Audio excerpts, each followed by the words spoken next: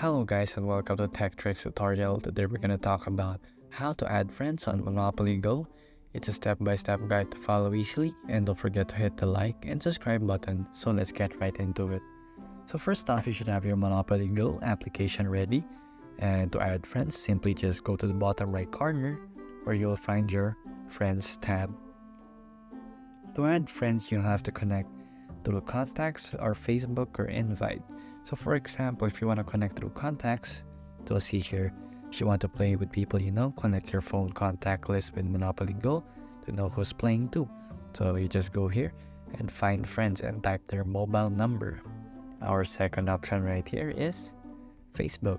By pressing Facebook, it will notify you that you'll need access to your public profile in order to connect your Facebook account to the game itself.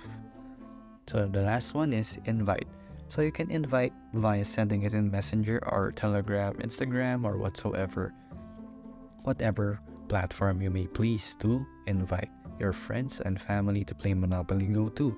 So once you have done that, there will also be a milestone for free dice rolls once you have invited people.